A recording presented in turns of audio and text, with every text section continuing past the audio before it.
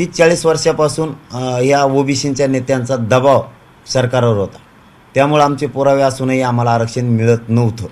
OBC कार्यकर्त्यांची hotels पेटवली जात आहेत, तर या संदर्भामध्ये आपण बोललं पाहिजे. आता कोणीतरी आमचं आहे ते आम्हाला मिळणारच नाही. तसं मी सुद्धा अख्ख्या ओबीसीच्या 375 ज्या जाती आहेत त्याला आवाहन करू शकतो की आपण सुद्धा आपलं दुःख जे मांडलं पाहिजे. पण त्यांनी तशी स्पष्ट भूमिका करावी. त्यांची नेमका विरोध कशाला आहे? 375 जवळजवळ जाती आहेत आणि 54% जास्त लोक आमचे आहेत गोरगरीब. त्यांच्या आरक्षणावर गदा येईल हे आमचं म्हणणं आहे. नाही, आमचं हक्काचं आहे ना. का का का कशामुळे हिरावायचं ते मग तसं सांगा तुम्ही. आयुष्यात जे आहे, भविष्यात जे आहे, तुमच्या लेकरा बाळाचं धोक्यात येणार आहे. मग सगळ्यांनी एकत्रित राहा. राजकीय पण मिळावं.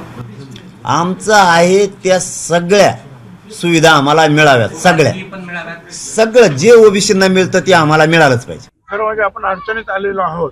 नमस्कार, मी राहुल कुलकर्णी. एबीपी माझामध्ये जगभरातल्या सर्व प्रेक्षकांचं स्वागत आहे. श्री मनोज जरांगे यांची छत्रपती संभाजीनगरमध्ये त्या ज्या रुग्णालयामध्ये ते उपचार घेत आहेत तिथून एक पत्रकार परिषद झाली आणि त्या पत्रकार परिषदेमध्ये त्यांनी ओबीसीमधून आम्हाला सगळ्या पद्धतीच्या लाभाचा जो लाभ होतो त्याच्यामध्ये मग राजकीय आरक्षण पण आहे, तर त्याचाही आम्हाला लाभ देण्यात यावा अशी भूमिका घेतलेली.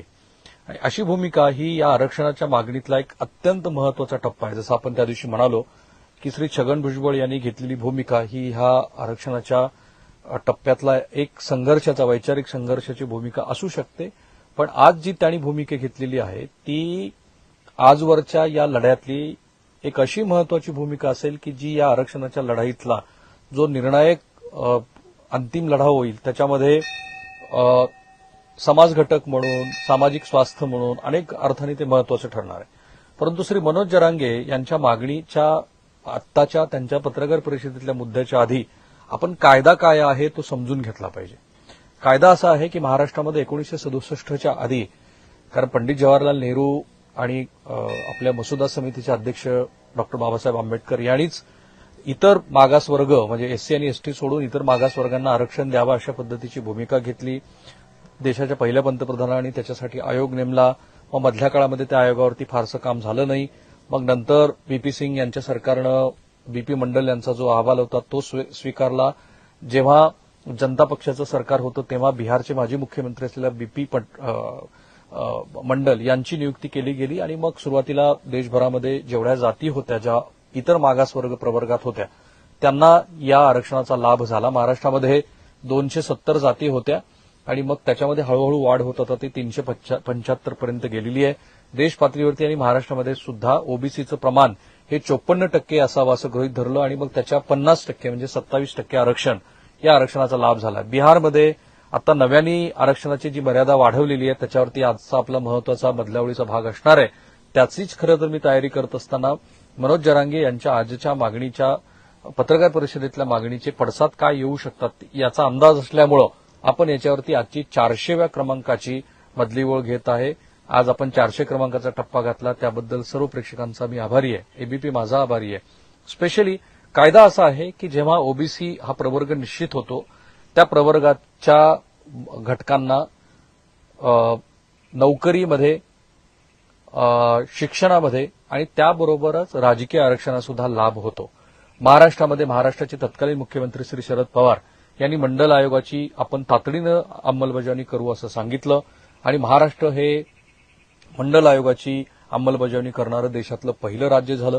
आपल्याकडे स्थानिक स्वराज्य संस्थांच्या निवडणुकीमध्ये ओबीसी या समाज घटकाला 35% आरक्षणाचा, 34% आरक्षणाचा लाभ होतो. म्हणजे आपल्याकडच्या ग्रामपंचायती, पंचायत समित्या, जिल्हा परिषदा, नगरपालिका, महानगरपालिका या स्थानिक स्वराज्य संस्थांच्या निवडणुकीमध्ये ओबीसी घटकांसाठी आरक्षण असतं आणि त्यातनं मग या ओबीसी प्रवर्गातल्या ज्या 375 जातीचे सदस्य आहेत ते निवडून येतात.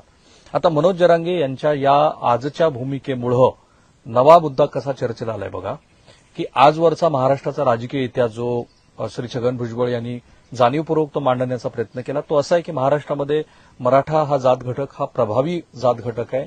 महाराष्ट्रातल्या 20 पैकी 11 मुख्यमंत्री हे मराठा समाजाचे आहेत आणि तुम्ही गाव पातळीपासून ते महाराष्ट्र राज्याच्या मुख्यमंत्री पदापर्यंत आजपर्यंत राजकीय नेतृत्वाचा जर विचार केला तर ते ऑब्व्हियसली मराठा समाजाचं आहे. कारण तिथे मराठा समाजाचं वेगवेगळ्या सामाजिक चळवळी, शैक्षणिक संघटना याच्या माध्यमातून आणि विशेषतः महाराष्ट्राचे पहिले मुख्यमंत्री यशवंतराव चव्हाण यांनी बहुजनाच्या दृष्टीनं केलेलं राजकारण, ज्याला आपण बेरजेचं वगैरे म्हणतो, त्यातून एका विशिष्ट पातळीवरचा काँग्रेस पक्ष, ज्याच्यामध्ये अभिजन वर्गाचं जे प्राबल्य होतं ते हळूहळू कमी होत गेलं आणि नैसर्गिकरित्या मराठा समाजाला जो राजकीय वाटा मिळायला हवा होता तो वाटा मिळाला.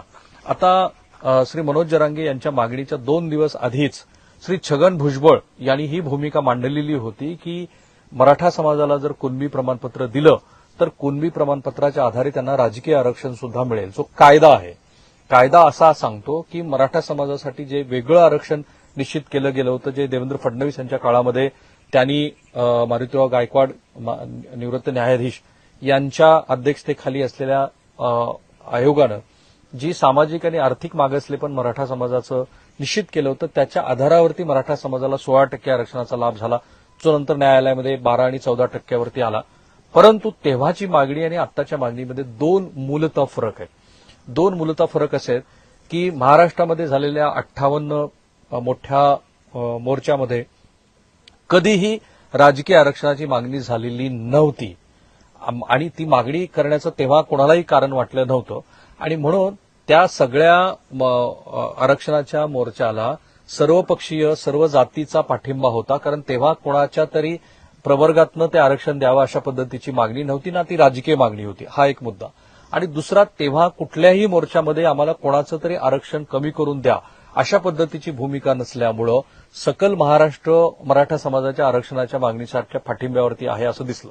परंतु श्री मनोज जरांगे हे आजही पत्रकार परिषदेमध्ये म्हणाले आणि जी वस्तुस्थिती आहे ती अशी की देश पातळीवरती 50% आरक्षणाची मर्यादा वाढवायला सर्वोच्च न्यायालयानं बंधन घातलेलं आहे आणि ते बंधन हे मराठा समाजाच्या आरक्षणाच्या आजपर्यंतच्या प्रयत्नावरती त्याची मोठी आडकाठी आली. अगदी श्री नारायण राणे यांच्या समितीनं जो अहवाल दिला होता आणि ज्याच्यावर आधारित हे आरक्षण दिलं गेलं सुरुवातीला, जे नंतर रद्द झालं, मग पुन्हा श्री देवेंद्र फडणवीस यांनी दिलं, ते बॉम्बे हायकोर्टामध्ये टिकलं आणि नंतर सर्वोच्च न्यायालयामध्ये त्या आरक्षणाला तत्कालीन राज्य सरकारला राखता आलं नाही असं तेव्हाचे विरोधी पक्ष आणि आत्ताचे सत्ताधारी पक्ष म्हणत होते.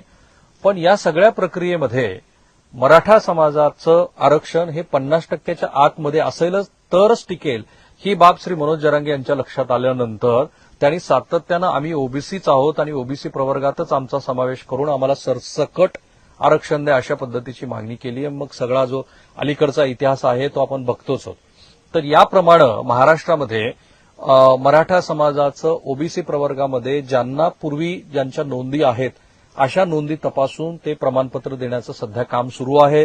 मग पहिल्या दिवशी जसं छगन भुजबळ म्हणालेत आणि त्यांचा तर तो आरोपच आहे की मोठ्या प्रमाणामध्ये मराठा समाजाला ओबीसी प्रमाणपत्र वाटप करण्याचा कार्यक्रम सुरू आहे. वस्तुस्थिती तशी नाहीये हे राज्याच्या सत्ताधारी विशेषतः शिंदे गटाच्या मंत्र्यांनी स्पष्ट केलं आहे. ज्यांच्या नोंदी सापडतायत त्या नोंदी त्यांचं रेकॉर्ड तपासून त्यांची आत्ताची वंशावळ पाहून मगच त्यांना प्रमाणपत्र दिलं जात आहेत की जर छगन भुजबळ यांचा आरोप होता की मग इतर समाज घटकाला अशा पद्धतीच्या आरक्षणाचा लाभ का नको. आणि श्री छगन भुजबळ यांनी त्याही वेळेला हा मुद्दा मांडला होता की हे फक्त शैक्षणिक आणि नोकरीतलं आरक्षण नसून ते राजकीय आरक्षण सुद्धाच आहे. आता ही जी भीती आहे ही भीती बहुधा ओबीसी समाजातल्या सर्व समाज घटकामध्ये असू शकते, इन्क्लुडिंग विदर्भातला जो मराठा समाज आहे तोही ओबीसी प्रवर्गामध्ये आहे, कोकणातलाही मराठा समाज हा ओबीसी प्रवर्गात आहे.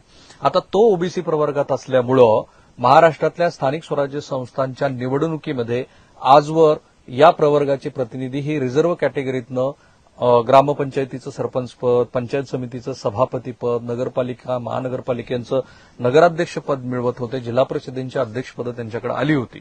आता तशा पद्धतीची अध्यक्षपदं ही आता रिझर्व्ह कॅटेगरीमध्ये सर्वात मोठा समाज घटक आल्यामुळे ते मिळणार नाहीत असं श्री छगन भुजबळ यांचं मत होतं. आणि म्हणूनच आज जेव्हा स्पेसिफिक प्रश्न श्री जरांगे पाटील यांना विचारला गेला त्यावेळेला त्यांनी उपप्रश्न केला, म्हणजे प्रतिप्रश्न केला की तुमची काय भूमिका आहे तुम्ही आधी स्पष्ट करा. म्हणजे तुम्हाला मराठा समाजाला आरक्षण द्यायचं नाहीये ते या कारणामुळे द्यायचं नाही का असं तुम्ही आम्हाला एकदा सांगा असं ते बोलले. पण नंतर मात्र पुढच्या 2-3 प्रश्नाला त्यांनी थेटपणे सांगितलं की ओबीसी प्रवर्गामध्ये मराठा समाज हा पूर्वीपासूनच आहे आणि त्याच्याकडे ज्यांच्याकडे कुणबी प्रमाणपत्र आहे त्यांना त्याचा लाभ होणं अपेक्षित आहे आणि त्या प्रमाणपत्राच्या आधारावरती जर आम्हाला ओबीसी मध्येच समावेश होत असेल तर त्या योग्य असलेले जेवढे आरक्षणाचे लाभ आहेत इन्क्लुडिंग राजकीय आरक्षण त्या आरक्षणाचा आम्हाला लाभ मिळायला हवा. तर छगन भुजबळ सारख्या किंवा काल जे ओबीसी नेते कालच्या बैठकीमध्ये सहभागी होते त्यांची भीती अशी आहे की महाराष्ट्रातला एक प्रभावी समाज घटक की ज्याचं सगळीकडे राजकीय अस्तित्व दिसतं, आता जो महाराष्ट्रातला जो इतर प्रवर्ग आहे कुंभार, तेली, माळी, वंजारी आणि इतर सर्व ओबीसी घटक यांचं राजकीय आरक्षण यामुळं अडचणीत येईल. आणि उदाहरणादाखल काही मंडळी असं उदाहरण देतात की मधल्या काळामध्ये सर्वोच्च न्यायालयानं श्री राहुल गवळी जे मूळचे काँग्रेस पक्षाचे जिल्हा परिषदेचे माजी सदस्य आहेत त्यांनी जी सर्वोच्च न्यायालयामध्ये पिटिशन दाखल केली होती त्यानंतर महाराष्ट्रासह देशभरातल्या ओबीसी समाजाचं ओबीसीतलं आरक्षण रद्द झालं आणि मग ट्रिपल टेस्ट करून तुम्ही त्यांची एकूण संख्या निश्चित करून आमच्याकडे आकडेवारी सादर करा आणि नंतरच तुम्ही निवडणुकीला सामोरे जा असं सर्वोच्च न्यायालयाने सांगितलं. मग ती ट्रिपल टेस्ट करण्याबद्दल पण महाराष्ट्रात प्रदीर्घ काळ वाद चालू राहिला. मधल्या काळात सत्तांतर झालं, मग कोरोना आला आणि त्यात ती प्रक्रिया झाली नाही. पण ती प्रक्रिया झाली नाही त्या काळामध्ये जिथे निवडणुका झाल्या तेव्हा सर्वच राजकीय पक्षांनी अशी भूमिका घेतली होती की आम्ही त्या जागेवरती की ज्या ओबीसी कॅटेगरीसाठीच्या राखीव जागा आहेत तिथे आम्ही ओबीसी प्रवर्गातलेच उमेदवार हे उभे करू आणि त्यातून त्या प्रवर्गाचं आरक्षण निश्चित राहील असं आपण बघू. पण प्रत्यक्षात काही जणांचं असं मत आहे की तिथे सुद्धा मराठा प्रवर्गातले उमेदवार हे उभे राहिले आणि मोठ्या संख्येने ते निवडून आले. कारण शेवटी जसं देशपातळीवरती बहुसंख्याकांचं राजकारण आहे तशा पद्धतीचं राजकारण हे कुठेही होऊ शकतं. तर छगन भुजबळ आणि ओबीसी समाजाच्या नेत्याचं म्हणणंच हे आहे की जर मराठा समाजाला राजकीय आरक्षणाचा लाभ झाला तर जे महाराष्ट्रातल्या समाज घटकातले अत्यंत छोटे छोटे घटक आहेत त्यांच्या राजकीय आरक्षणावरती मोठी गदा येऊ शकते, अडचण होऊ शकते आणि त्यांचं राजकीय प्रतिनिधित्व संपून जाईल. आणि म्हणून मधल्या काळामध्ये आपण सुद्धा ही भूमिका घेतली होती की महाराष्ट्रामध्ये मराठा समाज हा आर्थिकदृष्ट्या मागास आहे. हे आता त्यातल्या त्यात शेती करणारा जो वर्ग आहे त्याची दैन्य अवस्था आहे, तो अडचणीत आलेला आहे, हे बरोबर आहे. आणि म्हणूनच आरक्षणाच्या मागणीकडे केवळ एक मोठा वर्ग आरक्षणाची मागणी करतो आहे म्हणून त्याकडे दुर्लक्ष न करता प्रश्न काय आहे, स्पेशली तो अॅग्रेरियन क्रायसिस कसा आहे आणि त्यातनं मार्ग कसा काढता येईल यावर सगळ्या हुज हू मंडळींनी, तज्ज्ञ मंडळींनी बसून एकत्रित चर्चा करायला हवी. ही भूमिका बरोबर आहे. परंतु आता श्री मनोज जरांगे यांनी अशा पद्धतीची भूमिका घेतल्यानंतर हा आरक्षणाच्या टप्प्यातला एक महत्वाचा बदल ठरू शकतो. कारण आजवर मराठा समाजाच्या आरक्षणाच्या मागणीमध्ये खुद्द जरांगे पाटील यांनी कधीही राजकीय आरक्षणाची भूमिका मांडलेली नव्हती किंवा याआधी पण जेवढे म्हणून महाराष्ट्रामध्ये मोर्चे निघालेले आहेत त्या मोर्चामध्ये कधीही मराठा समाजाला राजकीय आरक्षण मिळायला हवं असं म्हटलेलं नव्हतं. पण जर कायद्याचा आधार घेतला तर श्री मनोज जरांगे जे म्हणतात ते बरोबर आहे. तर कायद्याने एकदा तुम्हाला कुणबी प्रमाणपत्र मिळालं की कुणबी प्रमाणपत्राच्या आधारावरती हा समाज हा ओबीसीमध्ये आला तर त्या समाजाला ओबीसी प्रवर्गासाठी राखीव असलेल्या जागावरती उभं राहण्यामध्ये कायदेशीरदृष्ट्या कुणीही प्रतिबंध करू शकत नाही. आणि म्हणून मराठा समाजाला जर ओबीसी प्रवर्गाचं प्रमाणपत्र मिळणार असेल तर त्या प्रवर्गाच्या आधारे आम्हाला राजकीय लाभ मिळायला हवा. हे कायद्याच्या चौकटीवरती श्री मनोज जरांगे यांचं वाक्य बरोबर आहे. आणि त्यामुळं एकदा का कुणबी प्रमाणपत्र मिळाली की मराठा समाजाला राजकीय आरक्षणाचा सुद्धा लाभ होणार आहे. पण दुसरीकडे छगन भुजबळ जे म्हणतात त्याप्रमाणे महाराष्ट्रातले 12 बलुतेदार, अलुतेदार आणि ज्यांना ज्यांना म्हणून अशा पद्धतीच्या आरक्षणाचा लाभ झाला. अगदी उदाहरणादाखल तुळजापूरमध्ये तेव्हाच्या बॉम्बे स्टेटमध्ये असलेल्या आणि निजाम राजवटीमध्ये असलेल्या नोंदीच्या आधारावरती तुळजापुरातला बहुसंख्य मराठा समाज हा ओबीसी प्रवर्गामध्ये त्यातल्या त्यात नोमेडिक कॅटेगरीमध्ये त्याचा समावेश झाला. ब्राह्मण समाजाचा सुद्धा ओबीसी प्रवर्गामध्ये समावेश झाला. त्याची आम्ही एक सुंदर अशी स्टोरी केलेली आहे. त्या मुलाखती आम्ही दाखवल्या. ते जरूर तुम्ही एबीपी माझाच्या युट्यूबवरती जाऊन ती मुलाखत बघा. त्याचा फायदा असा झाला की अगदी सांगली जिल्ह्यातल्या तासगाव नगरपालिकेचं नगराध्यक्षपद हे मराठा समाजातल्या तुळजापूरमधल्या रहिवाशी असलेल्या एका भगिनीला ओबीसी कॅटेगरीतनं ते नगराध्यक्षपद मिळवता आलं. परभणी जिल्ह्यामध्ये तशा पद्धतीची संधी त्यांना मिळाली. तुळजापूरमध्ये ओबीसी प्रवर्गासाठी राखीव असलेल्या आरक्षणाचा लाभ हा तुळजापूरमधल्या मराठा बांधवांना होतो. त्याचं कारण आहे की कायदेशीरदृष्ट्या त्यांच्याकडे ओबीसी प्रमाणपत्र असल्यामुळं आणि त्यांना आजपर्यंत आरक्षणाचा लाभ होत असल्यामुळं कुणालाही राजकीयदृष्ट्या मराठा समाजाला कुणबी प्रमाणपत्र मिळाल्यानंतर कायदेशीरदृष्ट्या ते प्रमाणपत्र असल्यामुळं राजकीय आरक्षणाचा लाभ आपोआप मिळतो. आणि हाच मुद्दा आहे. श्री छगन भुजबळ असं म्हणतायत की जर मराठा समाजाचा कुणबी प्रमाणपत्राच्या आधारे ओबीसी प्रवर्गामध्ये समावेश झाला तर मग मात्र महाराष्ट्रातल्या छोट्या छोट्या प्रवर्गाचं जे राजकीय आरक्षण आहे ते संपेल आणि त्यांना राजकीय आरक्षणाचा लाभ होणार नाही आणि ते सत्तेच्या स्थानापासून दूर जातील. आता हा मुद्दा सुद्धा व्हॅलिड आहे आणि म्हणूनच आपण म्हटलं होतं की याच्यावरती सर्वकष चर्चा व्हायला हवी. या सर्वकष चर्चेनंतर मराठा समाजाची राजकीय खरंच मागणी आहे का आर्थिक जी विपन्नावस्था आलेली आहे ती विपन्नावस्था पाहता मराठा समाजाला सध्या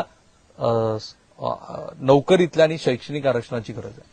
आणि म्हणूनच श्री मनोज जरांगे यांची आजची जी मागणी आहे ती मागणी या आरक्षणाच्या लढ्यातली एक महत्वाची बाब ठरू शकते. म्हणून आपण तात्काळ मधल्या ओळीतनं याचा आढावा घेतला. जसं मी मगाशी म्हणालो तसं बिहारमध्ये आरक्षणाची जी मर्यादा वाढवलेली आहे त्या मर्यादेच्या संदर्भामध्ये सुद्धा आपण एक आजचा मधल्या ओळीचा भाग करणार आहोत. साध्यांत करू, व्यवस्थित आकडेवारी घेऊन करू. सध्या आपण थांबूया. एबीपी माझा, उघडा डोळे बघा नीट.